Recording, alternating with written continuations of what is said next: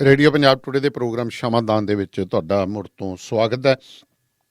ਤੇ ਹੁਣ ਜਿਵੇਂ ਤੁਹਾਨੂੰ ਸਾਰਿਆਂ ਨੂੰ ਪਤਾ ਹੈ ਕਿ ਹੌਲੀ ਹੌਲੀ ਬਾਜ਼ਾਰ ਖੁੱਲ੍ਹਣੇ ਸ਼ੁਰੂ ਹੋ ਗਏ ਨੇ, ਦੁਕਾਨਾਂ ਖੁੱਲ੍ਹਣੀਆਂ ਸ਼ੁਰੂ ਹੋ ਗਈਆਂ ਨੇ। ਕਈ ਥਾਵਾਂ ਦੇ ਉੱਤੇ ਰੈਸਟੋਰੈਂਟ ਅਤੇ ਖਾਣ ਪੀਣ ਦੀਆਂ ਦੁਕਾਨਾਂ ਵੀ ਜਿਹੜੀਆਂ ਉਹਦੀ ਇਜਾਜ਼ਤ ਦੇ ਦਿੱਤੀ ਹੈ।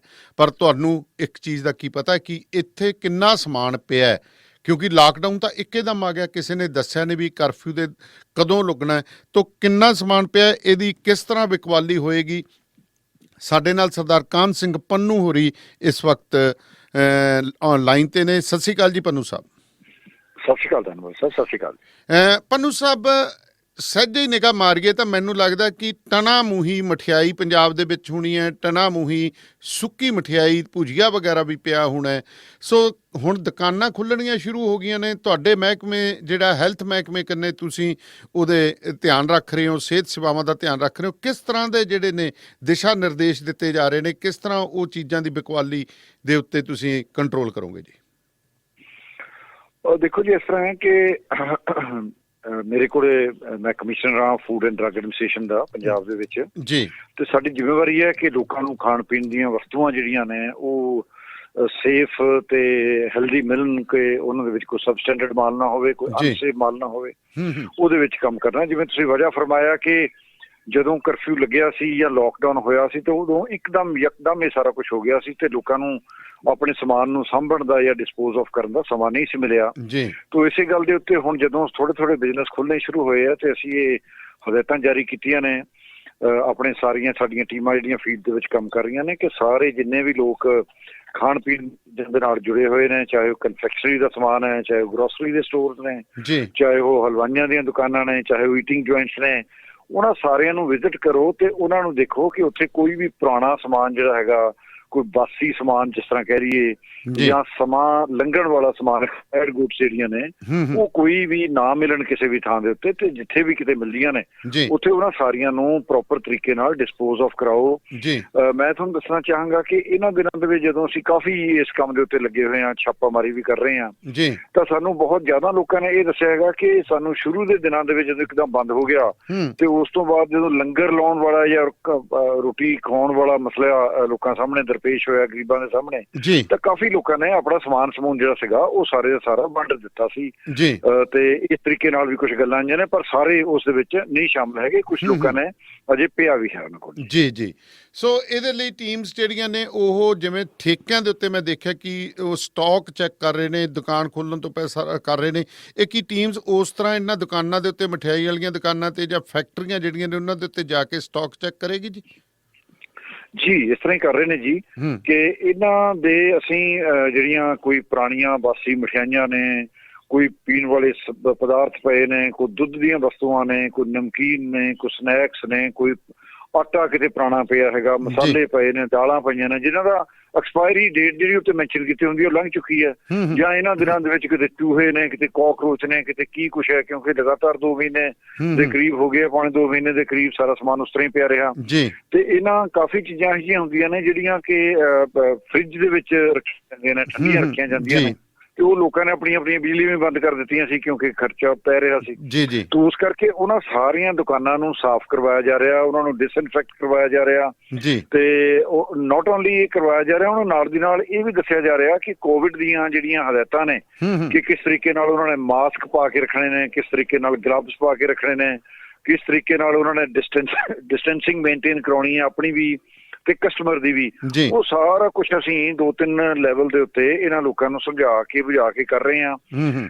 ਅਸੀਂ ਇਹਨਾਂ ਦੀ ਆਨਲਾਈਨ ਟ੍ਰੇਨਿੰਗ ਵੀ ਸ਼ੁਰੂ ਕੀਤੀ ਹੋਈ ਹੈ। ਸਾਰੇ ਜਿੰਨੇ ਰਜਿਸਟਰਡ ਨੇ ਸਾਡੇ ਕੋਲ ਦੀ ਤਾਦਾਦ ਦੇ ਵਿੱਚ ਇਹਨਾਂ ਨੂੰ ਉਸ ਤਰੀਕੇ ਨਾਲ ਵੀ ਦੱਸ ਰਹੇ ਹਾਂ ਕਿ ਵੀ ਪੰਜਾਬ ਦੇ ਵਿੱਚ, ਤਾਂ ਕਿ ਇਹ ਨਾ ਹੋਵੇ ਇਸ ਮਹਾਮਾਰੀ ਤੋਂ ਬਚਣ ਤੋਂ ਬਾਅਦ ਇਸ ਤਰ੍ਹਾਂ ਦਾ ਹੈਜਾ ਜਾਂ ਇਸ ਤਰ੍ਹਾਂ ਦਾ ਰੋਗ ਫੈਲ ਜਾਵੇ ਇਹਨਾਂ ਚੀਜ਼ਾਂ ਤੋਂ, ਜਿਹਦਾ ਸਾਡੇ ਵਾਸਤੇ ਮੁਸ਼ਕਲ ਹੋ ਜਾਏ। ਜਿਵੇਂ ਕਿਹਾ ਜਾਂਦਾ ਕਿ ਕੋਵਿਡ ਦਾ ਵਾਇਰਸ ਜਿਹੜਾ ਹੈਗਾ ਉਹ ਬਰਤਨਾਂ ਰਾਹੀਂ ਵੀ ਬੜਾ ਟਰੈਵਲ ਕਰ ਜਾਂਦਾ ਹੈਗਾ ਜੀ।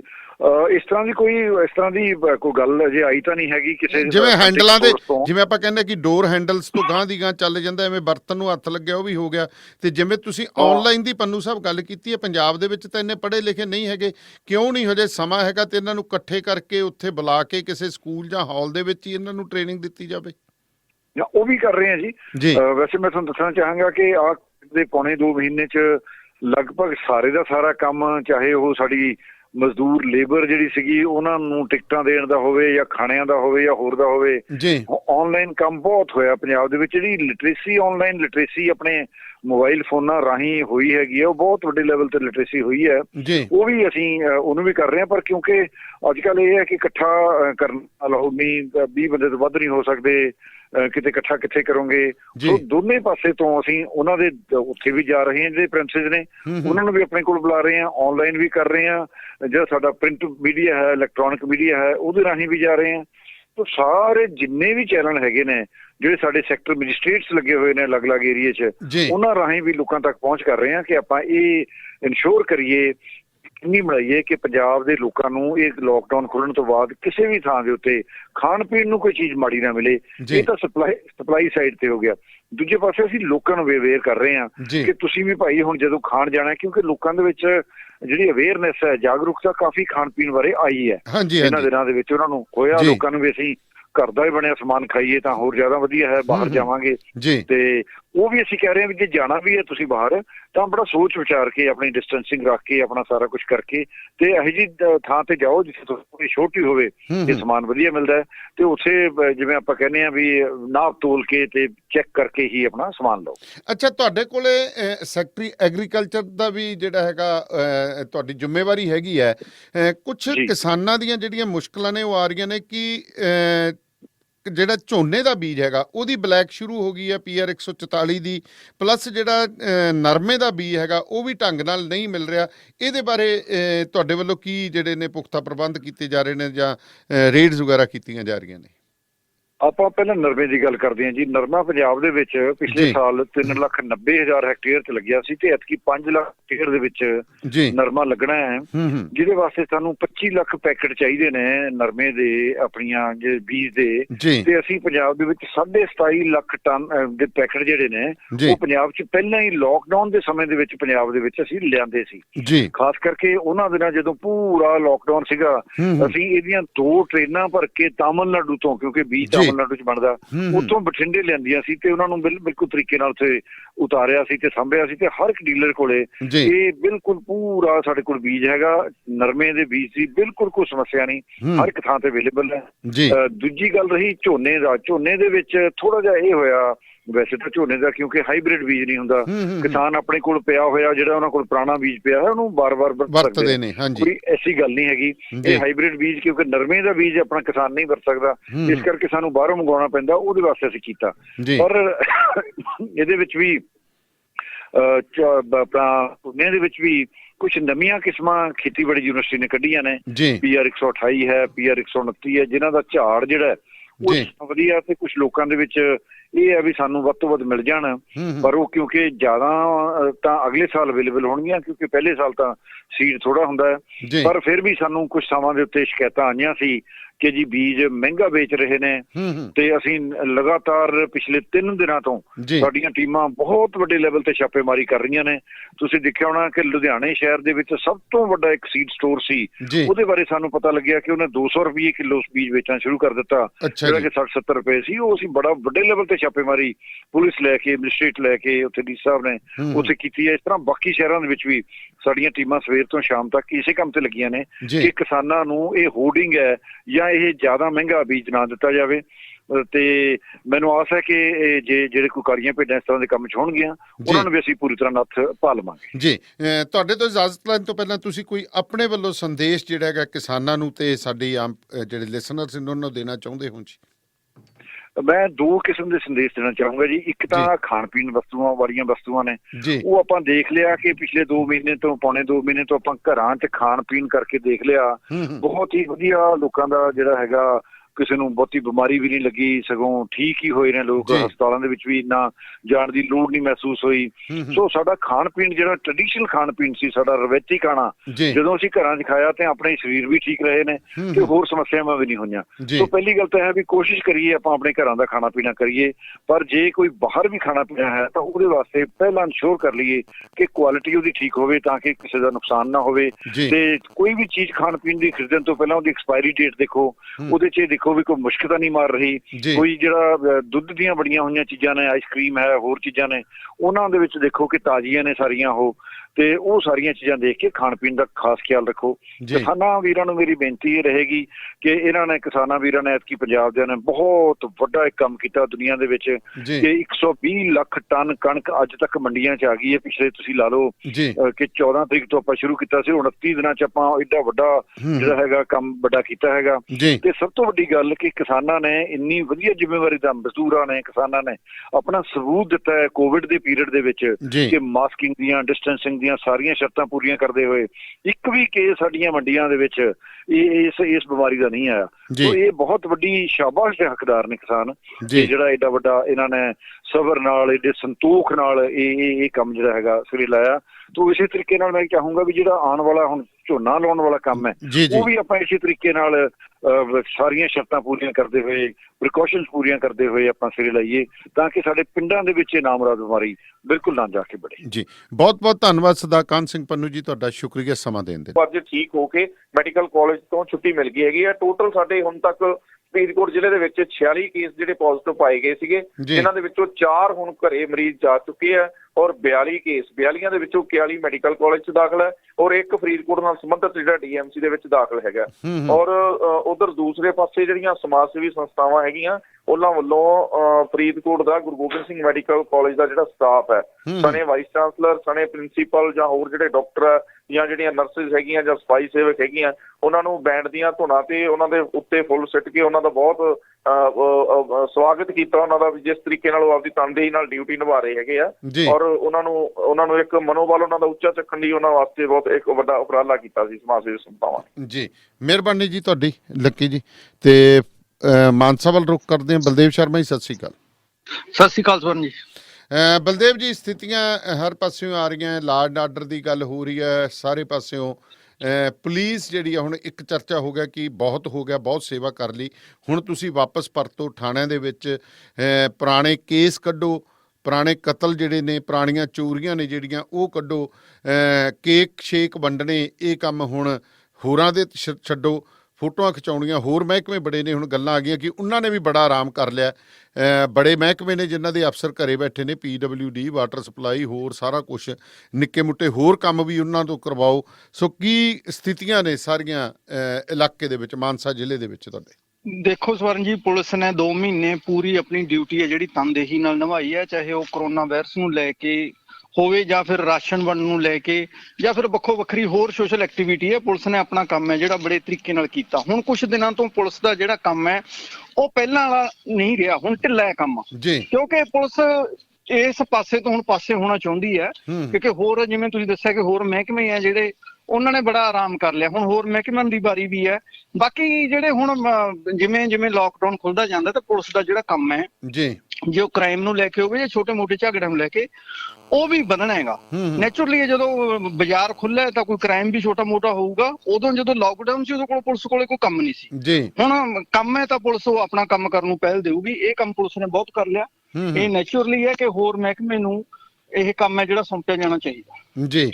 ਸੋ ਜਿਵੇਂ ਤੁਸੀਂ ਗੱਲ ਕੀਤੀ ਹੈ ਕਿ ਜਿਵੇਂ ਸਾਡੇ ਇੱਥੇ ਬਠਿੰਡੇ ਬੜੀਆਂ ਚੋਰੀਆਂ ਜਿਹੜੀਆਂ ਹੋ ਗਈਆਂ ਇਹਦੇ ਵਿੱਚ, ਆਪਣੇ ਲਾਕਡਾਊਨ ਦੇ ਵਿੱਚ ਸ਼ਰਾਬ ਕਈ ਥਾਵਾਂ ਤੋਂ ਲੁੱਟੀ ਗਈ, ਹੋਰ ਗਈ। ਤੁਹਾਡੇ ਕੀ ਸਥਿਤੀ ਰਹੀ ਹੈ ਲਾਕਡਾਊਨ ਦੇ ਵਿੱਚ ਚੋਰੀਆਂ ਚਕਾਰੀਆਂ ਦੀ?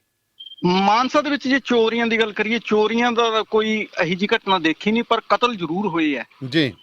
ਤੇ ਕੋਈ ਜ਼ਮੀਨਾਂ ਨੂੰ ਲੈ ਕੇ ਜ਼ਿਆਦਾਤਰ ਕਤਲ ਹੋਏ ਆ। ਜਦੋਂ ਹੁਣ ਫਸਲ ਕਣਕ ਦੀ ਵੱਢਣ ਤੋਂ ਬਾਅਦ ਨਵੀਂ ਫਸਲ ਦੀ ਬਿਜਾਈ ਹੋਈ ਹੈ, ਉਦੋਂ ਕਤਲ ਹੈ ਜਿਹੜੇ 2 ਹੋਏ ਹੈਗੇ ਜੀ। ਤੇ ਹੋਰ ਇੱਕਾ ਦੁੱਕਾ ਘਟਨਾ ਨੂੰ ਛੱਡ ਕੇ ਬਾਕੀ ਤਾਂ ਸ਼ਾਂਤੀ ਹੈ। ਪਰ ਪੁਲਿਸ ਹੁਣ ਆਪਣਾ ਕੰਮ ਹੈ ਜਿਹੜਾ ਉਹ ਕਰਨ ਲੱਗ ਗਈ ਹੈ ਤੇ ਬਾਕੀ ਆਉਣ ਵਾਲੇ ਦਿਨਾਂ 'ਚ ਦੇਖਦੇ ਹਾਂ ਕਿ ਕ੍ਰਾਈਮ ਕਿੰਨਾ ਕੁ ਵੱਧਦਾ ਇਸ ਨਾਲ ਜੀ। ਤੇ ਹੋਰ ਕੋਈ ਸਥਿਤੀ ਆਪਣੇ ਕਰੋਨਾ ਵਗੈਰਾ ਦੀ ਜਾਂ ਹੋਰ ਕੋਈ ਫਸਲਾਂ ਵਗੈਰਾ ਦਾ ਕੀ ਹਾਲ ਹੈ ਜੀ? ਕਰੋਨਾ ਦੀ ਗੱਲ ਕਰੀਏ ਤਾਂ ਮਾਨਸਾ ਜ਼ਿਲ੍ਹੇ 'ਚ ਜੀ ਕੁੱਲ 33 ਕੇਸ ਆਏ ਸੀ। 8 ਕੇਸ ਹੈ ਜਿਹੜੇ ਉਹ ਠੀਕ ਹੋ ਕੇ ਆਪਦੇ ਘਰੇ ਚਲੇ ਗਏ ਤੇ ਉਹਨਾਂ 'ਚੋਂ ਪੁਲਿਸ ਕਰਮਚਾਰੀ ਸੀ 4 ਜਿਨ੍ਹਾਂ ਨੂੰ ਪੂਰੇ ਦਾ ਪੂਰਾ ਥਾਣਾ ਹੈ ਜਿਹੜਾ ਉਹ ਆਈਸੋਲੇਟ ਕੀਤਾ ਗਿਆ ਸੀ। ਉਹਨਾਂ ਦੇ ਸੈਂਪਲ ਲਏ ਆ, ਰਿਪੋਰਟ ਆਉਣੀ ਹੈ 1 ਅੱਧੇ ਦਿਨ 'ਚ। ਤੇ 25 ਜਿਹੜੇ ਐਕਟਿਵ ਕੇਸ ਹੈ ਉਹਨਾਂ ਦਾ ਇਲਾਜ ਮਾਨਸਾ ਦੇ ਸਿਵਲ ਹਸਪਤਾਲ ਚੱਲ ਰਿਹਾ ਤੇ ਜਿਵੇਂ ਹੀ ਠੀਕ ਹੋਣਗੇ ਉਹਨਾਂ ਨੂੰ ਛੁੱਟੀ ਦੇ ਦਿੱਤੀ ਜਾਊਗੀ। ਫਿਲਹਾਲ ਨਵੀਆਂ ਰਿਪੋਰਟਾਂ ਦਾ ਇੰਤਜ਼ਾਰ ਹੋ ਰਿਹਾ ਕਿ ਨਵੀਆਂ ਤੇ ਕੌਣ ਪੋਜ਼ਿਟਿਵ ਆਉਂਦਾ, ਇਸ ਤੇ ਨਜ਼ਰ ਹੋਊਗੀ ਜੀ। ਹੋਰ ਕੋਈ ਖਾਸ ਅਪਡੇਟ ਜੀ? ਬਸ ਬਾਕੀ ਤਾਂ ਸ਼ਾਂਤੀ ਹੈ ਜੀ। ਬਿਜਾਈ ਦਾ ਕੰਮ ਹੈ ਜਿਹੜਾ ਲੇਬਰ ਦੀ ਬਹੁਤ ਦਿੱਕਤ ਹੈਗੀ ਤੇ ਜਿਹੜਾ ਵੱਡੀ ਸ਼ਿਕਾਇਤ ਆ ਰਹੀ ਹੈ ਬੀਜ ਦੀ, ਜਿਹੜੀ ਪਨੀਰੀ ਲਾਣੀ ਹੈ ਬਹੁਤ ਉਹਦੀ ਬਲੈਕ ਜਿਹੜੀ ਹੋ ਰਹੀ ਹੈ ਜਿਹੜਾ 60-65 ਰੁਪਏ ਕਿਲੋ ਸੀ 200 ਰੁਪਏ ਕਿਲੋ ਵਿਕ ਰਿਹਾ, ਉਹ ਤੇ ਜ਼ਰੂਰ ਕਿਸਾਨ ਤਰਾਹ ਕਰ ਰਹੇਗਾ ਕਿ ਕਿਸਾਨਾਂ ਦੀ ਵੱਡੀ ਲੁੱਟ ਹੈ ਜਿਹੜੀ ਬੀਜ ਤੇ, ਚਾਹੇ ਉਹ ਬੀਜ ਜੀਰੀ ਦਾ ਹੋਵੇ, ਪਨੀਰੀ ਨੂੰ ਲੈ ਕੇ ਹੋਵੇ ਜਾਂ ਫਿਰ ਨਰਮੇ ਦਾ ਹੋਵੇ, ਇਹਨਾਂ ਨੂੰ ਲੈ ਕੇ ਜਿਹੜੇ ਕੁਝ ਕੁ ਦੁਕਾਨਦਾਰਾਂ ਨੇ ਲੁੱਟ ਮਚਾਈ ਹੋਈ ਹੈ, ਜਿਹੜੀ ਕਿਸਾਨ ਹੈ ਜਿਹੜਾ ਇਤਰਾਜ਼ ਕਰ ਰਿਹਾ ਜੀ। ਬਹੁਤ ਬਹੁਤ ਮਿਹਰਬਾਨੀ ਤੁਹਾਡੀ ਬਲਦੇਵ ਜੀ, ਸ਼ੁਕਰੀਆ। ਤੇ ਹੁਣ ਆਪਾਂ ਚੱਲਦੇ ਹਾਂ ਬਰਨਾਲੇ। ਕਮਲਜੀਤ ਸਤਿ ਸ਼੍ਰੀ ਅਕਾਲ ਜੀ। ਸਤਿ ਸ਼੍ਰੀ ਅਕਾਲ ਜੀ। ਕਮਲਜੀਤ, ਝੋਨੇ ਦੇ ਬੀਜ ਨੂੰ ਲੈ ਕੇ ਬਲਦੇਵ ਸ਼ਰਮਾ ਜੀ ਕਹਿ ਗਏ ਹੈ ਲੁੱਟ ਬੜੀ ਹੈ। ਕਾਨ ਸਿੰਘ ਪੰਨੂ ਹੋਰੀ ਕਹਿੰਦੇ ਕਿ ਅਸੀਂ ਲੁਧਿਆਣੇ ਰੇਡ ਕੀਤੀ ਹੈ ਬੜੀ ਤਕੜੀ, ਉੱਥੇ ਇੱਕ ਬੀਜ ਦਾ ਜ਼ਖੀਰਾ ਫੜਿਆ ਜਿਹੜਾ ਕਿ 200 ਰੁਪਏ ਕਿਲੋ ਤੱਕ ਵੇਚਣ ਲੱਗ ਪਏ, 60 ਰੁਪਏ ਕਿਲੋ ਵਾਲਾ ਬੀਜ। ਤੁਹਾਡੇ ਕੀ ਸਥਿਤੀ ਹੈ? ਜੀ ਇਸ ਮਾਮਲੇ ਨੂੰ ਲੈ ਕੇ ਜਿਵੇਂ ਜਿਹੜੀ ਬੀਜ ਵਾਲੀ ਜਿਹੜੀ ਤੁਸੀਂ ਗੱਲ ਕੀਤੀ ਹੈਗੀ, ਸਾਡੇ ਮੁੱਖ ਖੇਤੀਬਾੜੀ ਅਫਸਰ ਬਲਦੇਵ ਸਿੰਘ ਨੇ ਜਿਹੜੇ ਉਹਨਾਂ ਨੇ ਚੈਕਿੰਗ ਕੀਤੀ ਹੈ ਦੁਕਾਨਾਂ ਦੀ, ਹਜੇ ਤੱਕ ਜਿਹੜੀ ਕੋਈ ਇਸ ਤਰ੍ਹਾਂ ਦੀ ਗੱਲ ਨਹੀਂ ਸਾਹਮਣੇ ਆਈ, ਕੋਈ ਕਾਲਾ ਬਾਜ਼ਾਰੀ ਵਾਲੀ ਜਾਂ ਕਿਸੇ ਵੀ ਕਿਸਮ ਦੀ ਕੋਈ ਲੁੱਟ ਖਸੁੱਟ ਵਾਲੀ। ਪਰ ਇੱਕ ਗੱਲ ਜ਼ਰੂਰ ਆ ਵੀ ਜਿਹੜੇ ਕਿਸਾਨ ਨੇ, ਭਾਰਤੀ ਕਿਸਾਨ ਯੂਨੀਅਨ ਏਕਤਾ ਗਰਾਹਾਂ ਨੇ ਅੱਜ ਪ੍ਰੋਟੈਸਟ ਕੀਤਾ ਗਾ ਸਿਵਲ ਹਸਪਤਾਲ ਦੇ ਵਿੱਚ ਦੇ ਅੱਗੇ। ਉਹਨਾਂ ਨੇ ਕਰਿਆ ਸੋਸ਼ਲ ਡਿਸਟੈਂਸ ਰਾਹੀਂ, ਘੱਟ ਗਿਣਤੀ ਦੇ ਵਿੱਚ ਕਿਸਾਨ ਪਹੁੰਚੇ ਸੀਗੇ।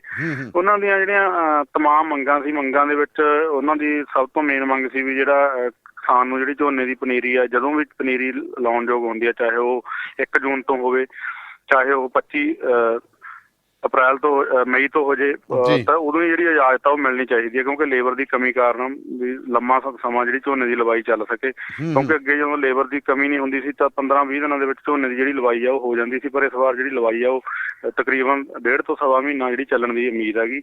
ਉਹਦੇ ਲਈ ਜਿਹੜੀ ਆ ਇੱਕ ਦਿੱਕਤ ਇਹ ਆ ਵੀ ਜਿਹੜੀਆਂ ਝੋਨੇ ਦੀਆਂ ਵੈਰਾਈਟੀਆਂ ਨੇ, ਕੋਈ ਅਗੇਤੀ ਲੱਗਦੀ ਹੈ, ਕੋਈ ਵਿਦੇਸ਼ੀ ਲੱਗਦੀ ਹੈ, ਇਸ ਤਰ੍ਹਾਂ ਵੀ ਕਿਸਾਨਾਂ ਨੂੰ ਕਰਨਾ ਪੈਣਾ ਗਾ। ਜਿਹਦੇ ਜ਼ਮੀਨ ਜ਼ਿਆਦਾ ਆ, ਅੱਧੀ ਜਿਹੜੀ ਫਸਲ ਆ ਗਈ ਉਹ ਅਗੇਤੀ ਵੈਰਾਈਟੀ ਦੀ ਲਾਉਣੀ ਆ, ਤੇ ਅੱਧੀ ਫਸਲ ਜਿਹੜੀ ਛੇਤੀ ਜਿਹੜਾ ਬੀਜ ਹੈਗਾ ਉਹਦੀ ਲਾਉਣੀ ਪੈਣੀ ਆ। ਇਹ ਇੱਕ ਲੇਬਰ ਦੀ ਜਿਹੜੀ ਦਿੱਕਤ ਆ ਉਹਦੇ ਕਰਕੇ ਸਮੱਸਿਆ ਆ ਰਹੀ ਆ। ਤੇ ਨਾਲ ਹੀ ਉਹਨਾਂ ਨੇ ਕਈ ਮੰਗ ਰੱਖੀ ਹੈਗੀ ਵੀ ਜਿਹੜੇ ਵੀ ਫਰੰਟ ਲਾਈਨ ਤੇ ਲੜ ਰਹੇ ਨੇ, ਜਿਹੜੇ ਚਾਹੇ ਉਹ ਸਫਾਈ ਕਰਮਚਾਰੀ ਨੇ, ਚਾਹੇ ਉਹ ਮੀਡੀਆ ਵਾਲੇ ਨੇ, ਚਾਹੇ ਕੋਈ ਵੀ ਨੇ, ਚਾਹੇ ਉਹ ਐਂਬੂਲੈਂਸਾਂ ਦੇ ਡਰਾਈਵਰ ਨੇ, ਉਹਨਾਂ ਦਾ ਸਮੁੱਚੇ ਰੂਪ ਦੇ ਵਿੱਚ ਜਿੰਨੇ ਵੀ ਬੰਦੇ ਫਰੰਟ ਲਾਈਨ ਤੇ ਨੇ ਉਹਨਾਂ ਦਾ ਜਿਹੜਾ ਬੀਮਾ ਗਾ ਜਿਹੜਾ ਉਹ 50 ਲੱਖ ਦਾ ਹੋਣਾ ਚਾਹੀਦਾ ਹੈਗਾ। ਤੇ ਜੇ ਕਿਸੇ ਦਾ ਨੁਕਸਾਨ ਹੁੰਦਾ ਹੈ ਇਸ ਲੜਾਈ ਕੋਵਿਡ ਦੇ ਵਿੱਚ ਡਿਊਟੀ ਕਰਦੇ ਦਾ, ਤਾਂ ਉਹਨੂੰ ਜਿਹੜਾ 50 ਲੱਖ ਰੁਪਏ ਦਾ ਮੁਆਵਜ਼ਾ ਜਿਹੜਾ ਉਹਨੂੰ ਮਿਲਣਾ ਚਾਹੀਦਾ। ਇਹ ਉਹਨਾਂ ਨੇ ਮੰਗਾਂ ਸੀਗੀਆਂ। ਤੇ ਇੱਕ ਉਹਨਾਂ ਨੇ ਕਿਹਾ ਜਿਹੜੇ ਪ੍ਰਾਈਵੇਟ ਹਸਪੀਟਲ ਆ ਜਿਹੜੇ ਇਸ ਜੰਗ ਦੇ ਵਿੱਚ ਤੋਂ ਡਰਦੇ ਇਹਨਾਂ ਨੇ ਜਿੰਦਰੇ ਲਾਏ ਨੇ, ਉਹਨਾਂ ਨੂੰ ਸਰਕਾਰ ਆਪਦੇ ਅਧੀਨ ਲਵੇ ਤੇ ਸਰਕਾਰੀ ਤੌਰ ਤੇ ਉਹਨਾਂ ਨੂੰ ਵਰਤਿਆ ਜਾਵੇ। ਪ੍ਰਾਈਵੇਟ ਜਿਹੜੇ ਇਸ ਤਰ੍ਹਾਂ ਦੇ ਡਾਕਟਰ ਆ ਜਿਹੜੇ ਜਿਨ੍ਹਾਂ ਨੇ ਇਸ ਜੰਗ ਤੋਂ ਡਰ ਕੇ, ਬਿਮਾਰੀ ਤੋਂ ਡਰ ਕੇ ਜਿਹੜੇ ਹਸਪਤਾਲ ਬੰਦ ਕੀਤੇ ਨੇ, ਤੇ ਇਸ ਤਰ੍ਹਾਂ ਦੀਆਂ ਉਹਨਾਂ ਕਈ ਮੰਗਾਂ ਸੀਗੀਆਂ ਜਿਨ੍ਹਾਂ ਨੂੰ ਲੈ ਕੇ ਉਹਨਾਂ ਨੇ ਅੱਜ ਪ੍ਰੋਟੈਸਟ ਕੀਤਾ ਗਾ। ਮੰਗ ਪੱਤਰ ਵੀ ਭੇਜਿਆ ਗਿਆ ਪੰਜਾਬ ਸਰਕਾਰ ਨੂੰ ਵੀ ਜਿਹੜੀ ਝੋਨੇ ਦੀ ਲਵਾਈ ਹੈਗੀ ਉਹ ਜਲਦੀ ਜਿਹੜੀ ਸ਼ੁਰੂ ਕੀਤੀ ਜਾਵੇ ਤੇ ਘੱਟੋ ਘੱਟ ਜਿਹੜੀ 10 ਘੰਟੇ ਬਿਜਲੀ ਸਪਲਾਈ ਹੈ ਜਿਹੜੀ ਉਹ ਨਿਰਵਿਘਨ ਉਹ ਕਿਸਾਨਾਂ ਨੂੰ ਮਿਲਣੀ ਚਾਹੀਦੀ ਹੈ। ਤੇ ਇੱਕ ਜੇ ਗੱਲ ਕਰੀਏ, ਖੇਤੀਬਾੜੀ ਵਿਭਾਗ ਲਗਾਤਾਰ ਇਹ ਗੱਲ ਕਹਿ ਰਿਹਾ ਵੀ ਇਸ ਵਾਰ ਸਿੱਧੀ ਬਿਜਾਈ ਹੈ ਜਿਹੜੀ ਉਹਨੂੰ ਜ਼ਿਆਦਾ ਤਰਜੀਹ ਦਿੱਤੀ ਜਾਵੇ ਤੇ ਸਿੱਧੀ ਬਿਜਾਈ ਪਿਛਲੀ ਵਾਰ ਨਾਲੋਂ ਐਤਕੀ ਵੱਧ ਕੀਤੀ ਜਾਵੇ ਲੇਬਰ ਦੀ ਸਮੱਸਿਆ ਕਰਕੇ। ਪਰ ਕਿਸਾਨ ਯੂਨੀਅਨ ਦਾ ਤੇ ਕਿਸਾਨਾਂ ਦਾ ਇਹ ਦੋਸ਼ ਆ ਕਿ ਖੇਤੀਬਾੜੀ ਵਿਭਾਗ ਸਿਰਫ ਆਪਦੇ ਜਿਹੜੇ ਵੱਡੇ ਕਿਸਾਨ ਨੇ, ਧਨਾੜ ਕਿਸਾਨ ਨੇ, ਚਹੇਤੇ ਕਿਸਾਨ ਨੇ, ਉਹਨਾਂ ਨੂੰ ਟਰਾਇਲ ਆ ਜਿਹੜਾ ਕੋਈ 2 ਏਕੜ ਦਾ, ਕੋਈ 3 ਏਕੜ ਦਾ ਜਿਹੜਾ ਟਰਾਇਲ ਆ ਉਹਨਾਂ ਨੂੰ ਲਵਾਇਆ ਜਾ ਰਿਹਾ। ਆਮ ਜਿਹੜੇ ਕਿਸਾਨ ਨੇ, ਮੱਧ ਵਰਗੀ ਕਿਸਾਨ ਨੇ, 10-15 ਕਿੱਲਿਆਂ ਵਾਲੇ ਕਿਸਾਨ ਨੇ, ਉਹਨਾਂ ਨੂੰ ਇਸ ਬਾਰੇ ਕੋਈ ਟ੍ਰੇਨਿੰਗ ਨਹੀਂ ਦਿੱਤੀ ਗਈ, ਕੋਈ ਟਰਾਇਲ ਨਹੀਂ ਲਾਏ ਗਏ। ਉਹ ਇਸ ਗੱਲ ਤੋਂ ਅਣਜਾਣ ਨੇ, ਇਸ ਕਰਕੇ ਉਹਨਾਂ ਨੂੰ ਸਮੱਸਿਆ ਇਹ ਆ ਰਹੀ ਹੈ ਵੀ ਜਿਹੜੀ ਸਿੱਧੀ ਬਿਜਾਈ ਦਾ ਜਿਹੜੇ ਕਿਸਾਨ ਨੂੰ ਤਜਰਬਾ ਹੀ ਨਹੀਂਗਾ ਤੇ ਉਹ ਸਿੱਧੀ ਬਿਜਾਈ ਕਿਵੇਂ ਕਰ ਲੂਗਾ। ਇਹ ਇੱਕ ਵੱਡਾ ਸਵਾਲ ਹੈਗਾ। ਉਹਨਾਂ ਨੇ ਇਹ ਮੰਗ ਉਠਾਈ ਹੈ ਵੀ ਜਿਹੜੀ ਸਿੱਧੀ ਬਿਜਾਈ ਨੂੰ ਖੇਤੀਬਾੜੀ ਵਿਭਾਗ ਤੇ ਸਰਕਾਰ ਤਾਂ ਕਹਿ ਰਹੀ ਹੈ, ਪਰ ਕਿਸਾਨਾਂ ਨੂੰ ਇਹ ਵੱਡੀ ਸਮੱਸਿਆ ਕਿ ਜਿਹੜੇ 70% ਕਿਸਾਨੀ ਆ ਜਾਂ 80% ਕਿਸਾਨੀ ਆ ਇਹ ਸਿੱਧੀ ਬਿਜਾਈ ਨਹੀਂ ਕਰ ਸਕਦੀ। ਜੀ। ਤੇ ਹੋਰ ਕੁਝ ਖਾਸ ਜੀ? ਖਾਸ ਜੀ ਕਰੋਨਾ ਅਪਡੇਟ ਇਹ ਹੈਗੀ ਵੀ ਬਰਨਾਲਾ ਦੇ ਵਿੱਚ ਤਕਰੀਬਨ 21 ਦੇ ਪੋਜ਼ਿਟਿਵ ਕੇਸ ਆਏ ਸੀ, ਜਿਨ੍ਹਾਂ ਚੋਂ ਇੱਕ ਮੌਤ ਹੋ ਗਈ ਤੇ ਇੱਕ ਠੀਕ ਹੋ ਕੇ ਘਰੇ ਚਲੇ ਗਏ। ਤੇ ਜਿਹੜੇ 19 ਕੇਸ ਐਕਟਿਵ ਨੇ, ਸਿਰਫ ਇਹਨਾਂ ਚੋਂ 17 ਹਜ਼ੂਰ ਸਾਹਿਬ ਵਾਲੇ ਯਾਤਰੀ ਤੇ 2 ਕੰਬਾਈਨ ਦੇ ਡਰਾਈਵਰ ਨੇ, ਸਾਰੇ ਠੀਕ ਠਾਕ ਨੇ। ਉਮੀਦ ਆ ਵੀ ਜਲਦੀ ਤੰਦਰੁਸਤ ਹੋ ਕੇ ਉਹ ਆਪਣੇ ਜਿਹੜੇ ਘਰਾਂ ਨੂੰ ਜਾਣਗੇ। ਉਹ ਜਿਹੜਾ ਆਈਸੋਲੇਟ ਵਾਰਡ ਆ ਜਿਹੜਾ ਬਣਾਇਆ ਗਿਆ ਰੀਹੈਬਲੀਟੇਸ਼ਨ ਸੈਂਟਰ ਨੂੰ, ਉੱਥੇ ਉਹਨਾਂ ਦਾ ਇਲਾਜ ਚੱਲ ਰਿਹਾ ਹੈਗਾ। ਸਾਰੇ ਠੀਕ ਠਾਕ ਨੇ।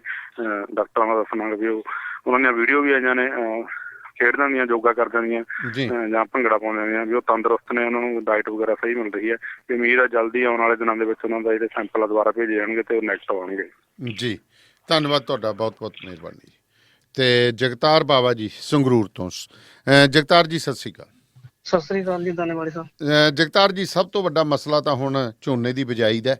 ਬੀਜ ਵਗੈਰਾ ਦੀ, ਕਿਉਂਕਿ ਸੰਗਰੂਰ ਦੇ ਵਿੱਚ ਨਰਮਾ ਵੀ ਬੀਜਿਆ ਜਾਂਦਾ ਹੈ ਕਈ ਥਾਵਾਂ ਦੇ ਉੱਤੇ, ਬਿਜਾਈ ਦੇ ਲਈ ਬੀਜ ਵਗੈਰਾ ਦੀ ਸਥਿਤੀ ਕੀ ਹੈ, ਕਿਸਾਨ ਕੀ ਕਹਿੰਦੇ ਨੇ? ਦਾਨੇ ਵਾਲੇ ਸਾਹਿਬ, ਮੈਂ ਤੁਹਾਨੂੰ ਪਹਿਲਾਂ ਦੱਸਣਾ ਚਾਹੁੰਦਾ ਵੀ ਜਿਵੇਂ ਝੋਨੇ ਦਾ ਐਤਕੀ ਥੋੜਾ 10 ਤਰੀਕ ਕਰ ਦਿੱਤੀ ਹੈਗੀ ਜੂਨ ਜੀ, ਤੇ ਬਾਕੀ ਪਹਿਲਾਂ ਇਹਦਾ 15 ਤੋਂ 20 ਤੱਕ ਦਾ ਹੈਗਾ ਸੀ ਟਾਈਮ, ਹੁਣ ਥੋੜਾ ਜਿਹਾ 5 ਦਿਨ ਘਟਾਤਾ। ਜਿਹੜਾ ਝੋਨਾ ਹੈਗਾ ਸਿਰਫ ਉਹ 10 ਦਿਨ ਪਹਿਲਾਂ ਆਪਣੇ ਪਨੀਰੀ ਹੈਗੀ ਜਿਹੜੀ ਤਿਆਰ ਕੀਤੀ ਜਾਊਗੀ ਜੀ, ਤੇ ਉਸ ਨੂੰ ਲੈ ਕੇ ਬਾਕੀ ਇੱਕ ਹੋਰ ਵੀ ਹੈਗਾ ਗਾ ਜੀ, ਇਸ ਵਾਰ ਜਿਹੜੀ ਪੂਸਾ 44 ਹੈਗੀ ਇਹ ਨਹੀਂ ਲੱਗ ਰਹੀ, ਜਿਹਦੇ ਕਾਰਨ ਕਿਸਾਨਾਂ ਨੂੰ ਬਹੁਤ ਜ਼ਿਆਦਾ ਉਹ ਹੋ ਰਿਹਾ ਹੈਗਾ ਵੀ ਇੱਕ ਤਾਂ ਜਿਹੜੀ ਪੂਸਾ 44 ਹੈਗੀ ਇਹਦੇ ਖਰਚਾ ਘੱਟ ਆਉਂਦਾ ਹੈਗਾ ਤੇ ਨੁਕਸਾਨ ਦਾ ਵੀ ਬਹੁਤ ਘੱਟ ਖਤਰਾ ਰਹਿੰਦਾ ਹੈ, ਕਿਉਂਕਿ ਜਿਹੜੀ ਦੂਸਰੇ PR1 ਜਾਂ 1509 ਵਗੈਰਾ ਹੋ ਗਏ, ਇਹਦਾ ਲੰਮਾ ਚੌਲ ਹੋਣ ਕਰਕੇ ਤੇ ਜੀ ਉਹਨਾਂ ਦਾ ਨੁਕਸਾਨ ਹੋਣ ਦਾ ਵੀ ਡਰ ਰਹਿੰਦਾ ਵੀ ਥੋੜੀ ਬਾਹਲੀ ਹਵਾ ਆ ਗਈ ਗਿਰ ਗਈ ਤੇ ਉਦੋਂ ਬਾਅਦ ਉਹ ਆਪਣੇ ਉਸ ਤੇ ਨਹੀਂ ਆਉਂਦੀ ਹੈਗੀ ਲੈਵਲ ਤੇ ਜੀ।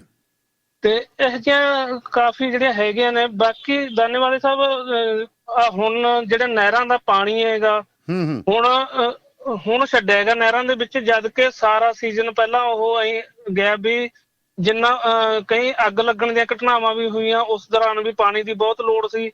ਤੇ ਜਾਣੀ ਪਾਣੀ ਹੁਣ 1 ਮਹੀਨਾ ਹੈਗਾ ਜਿਹੜਾ ਉਹ ਸਿਰਫ ਆਪਣੇ ਕੱਖ ਕੰਡਾ ਬੀਜਣ ਦੇ ਕੰਮ ਆਊਗਾ, ਹੋਰ ਕੋਈ ਪਾਣੀ ਜਾਂ ਮੋਟਰਾਂ ਦੇ ਬਿਜਲੀ ਤੋਂ ਚਲੋ ਆਮ ਹੈਗੀ ਚੱਲੀ ਜਾਂਦਾ ਹੈਗਾ, ਤੇ ਜਿਹੜੇ ਨਹਿਰਾਂ ਦਾ ਪਾਣੀ ਵੀ ਪੂਰਾ ਹੁਣ ਆ ਰਿਹਾ ਹੈਗਾ। ਜੀ ਜੀ, ਚਲੋ ਚੰਗੀ ਗੱਲ ਹੈ ਜੀ, ਨਹਿਰਾਂ ਦਾ ਪਾਣੀ ਹੁਣ ਪੂਰਾ ਆ ਰਿਹਾ। ਹਾਂਜੀ ਹਾਂ, ਤਾਂ ਸਮਝੋ ਕਿ ਲੋੜ ਹੀ ਹੁਣ ਸੀਗੀ, ਨਰਮੇ ਦਾ ਵੀ ਰੌਣੀ ਵਗੈਰਾ ਲੱਗ ਜੂਗੀ, ਝੋਨੇ ਦੀ। ਦਾਨੇ ਵਾਲੇ ਸਾਹਿਬ, ਇਹ ਨਰਮੇ ਦਾ ਸਾਡੇ ਕੋਲ ਬਹੁਤ ਘੱਟ ਹੁੰਦਾ ਹੈਗਾ। ਨਰਮੇ ਦਾ ਤੁਸੀਂ ਇਹ ਦੇਖ ਲਓ ਵੀ ਮੇਰਾ ਖਿਆਲ ਹੈ ਵੀ 5% ਬਿਲਕੁਲ ਥੋੜਾ ਹੁੰਦਾ। ਬਿਲਕੁਲ, ਮੈਂ ਤੁਹਾਨੂੰ ਪਹਿਲਾਂ ਹੀ ਕਿਹਾ ਕਿ ਸੰਗਰੂਰ ਜ਼ਿਲ੍ਹੇ ਦੇ ਵਿੱਚ ਬਹੁਤ ਘੱਟ ਹੈ, ਥੋੜਾ ਮੋਟਾ ਅਹਿਮਦਗੜ੍ਹ ਮੰਡੀ ਦੇ ਨੇੜੇ ਤੇੜੇ ਤੇ ਕੁੱਪ ਪਹੀੜ ਕੋਲੇ ਤਾਂ ਇੱਧਰ ਥੋੜਾ ਮੋਟਾ ਹੁੰਦਾ।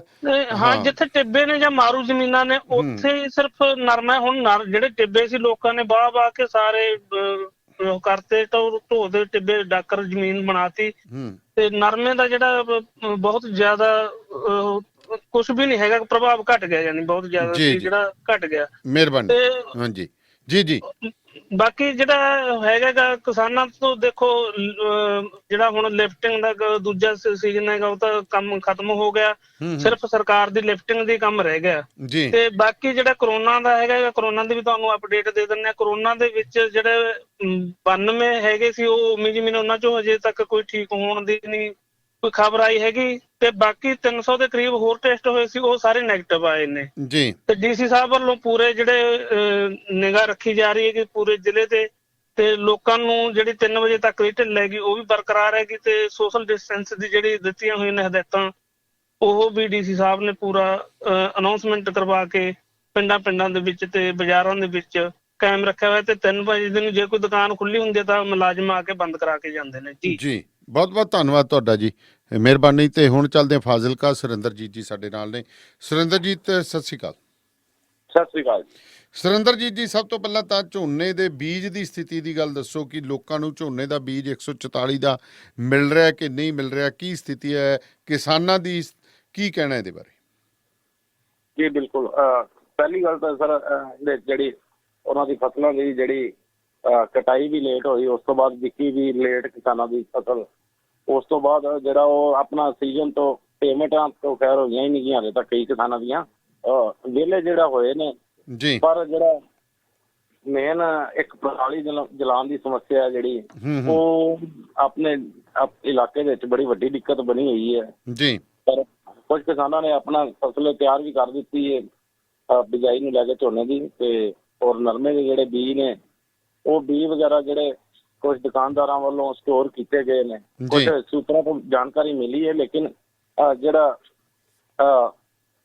ਕੁਝ ਲੋਕ ਖੁੱਲ ਕੇ ਸਾਹਮਣੇ ਦੱਸ ਨਹੀਂ ਰਹੇ। ਇਸ ਕਰਕੇ ਫਾਜ਼ਿਲਕਾ ਜਿਹੜੀ ਅਨਾਜ ਮੰਡੀ ਹੈ ਇਹਦੇ ਵਿੱਚ ਜਿਹੜੇ ਕੁਝ ਦੁਕਾਨਦਾਰ ਬੈਠੇ ਨੇ ਉਹ ਕਾਫੀ ਜਿਹੜਾ ਸਟੋਰ ਬੀਜ ਕਰਕੇ ਰੱਖੇ ਨੇ। ਉਹਨਾਂ ਕੁਝ ਦੁਕਾਨਦਾਰਾਂ ਕੋਲ ਜਿਹੜੇ ਡੁਪਲੀਕੇਟ ਵੀ ਜਾਂ ਘਟੀਆ ਕਿਸਮ ਦੇ ਬੀਜ ਵੀ ਕਹਿ ਸਕਦੇ ਇਹ ਵੀ ਜਿਹੜੇ ਪਏ ਨੇ, ਲੇਕਿਨ ਪ੍ਰਸ਼ਾਸਨ ਵੱਲੋਂ ਹਾਲੇ ਤੱਕ ਕੋਈ ਮੰਡੀ 'ਚ ਕਿਸੇ ਵੀ ਬੀਆਂ ਜਾਂ ਪੈਸਟੀਸਾਈਡ ਵਗੈਰਾ ਦੀ ਚੈਕਿੰਗ ਨਹੀਂ ਕੀਤੀ ਗਈ। ਇਸ ਕਰਕੇ ਜਿਹੜਾ ਕਿਸਾਨਾਂ ਨੂੰ ਜਿਹੜਾ ਪੂਰਾ ਸਹੀ ਹੋਸ਼ ਉਹਨਾਂ ਦੇ ਵਿੱਚ ਪਾਇਆ ਜਾ ਰਿਹਾ ਵੀ ਸਹੀ ਉਹਨਾਂ ਨੂੰ ਜਿਹੜਾ ਟਾਈਮ ਨਹੀਂ ਮਿਲਿਆ ਜਾਂ ਸਾਰਾ ਕੁਝ ਪਹਿਲਾਂ ਮਿਲਿਆ ਹੀ ਹੈ, ਵੀ ਪਿਛਲੀ ਫਸਲ ਤੋਂ ਵੀ ਵਿਹਲੇ ਨਹੀਂ ਹੋਏ ਜੀ ਜੀ।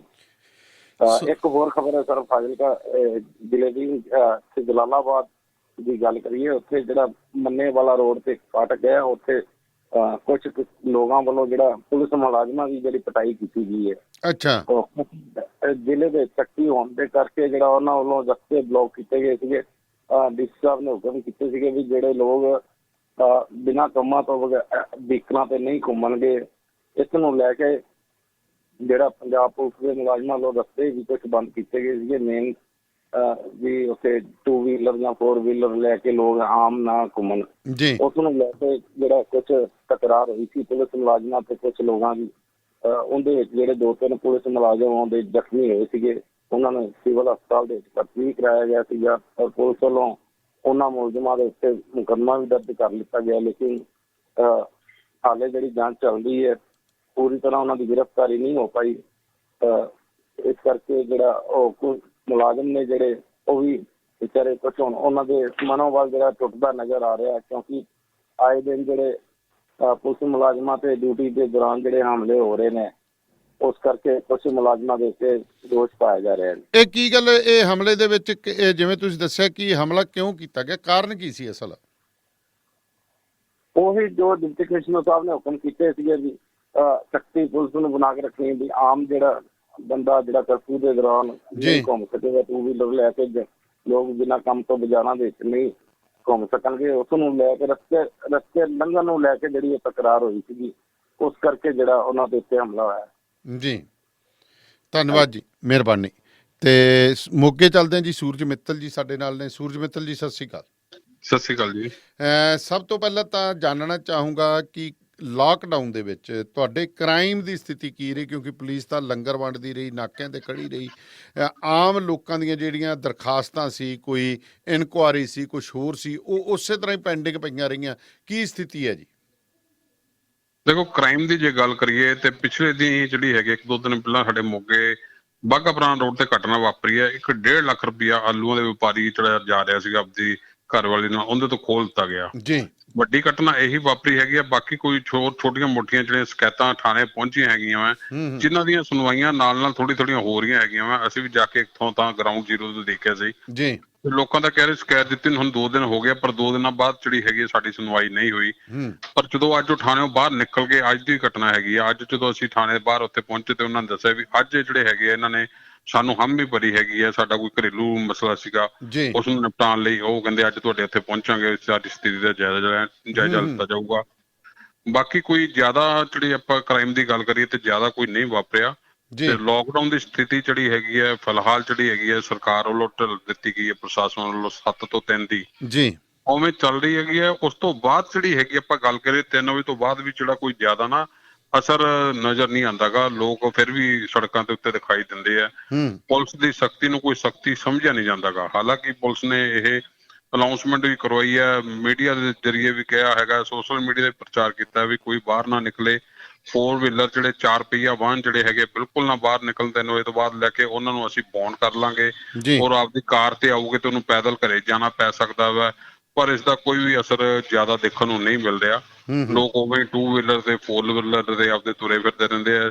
ਹਾਲਾਂਕਿ ਡੀਸੀ ਸਾਹਿਬ ਵੱਲੋਂ ਜਿਹੜੇ ਹੈਗੇ ਆ ਪਾਸ ਵੀ ਜਿਹੜੇ ਪਿਛਲੇ ਜਾਰੀ ਕੀਤੇ ਗਏ ਸਾਰੇ ਰੱਦ ਕਰ ਦਿੱਤੇ ਗਏ।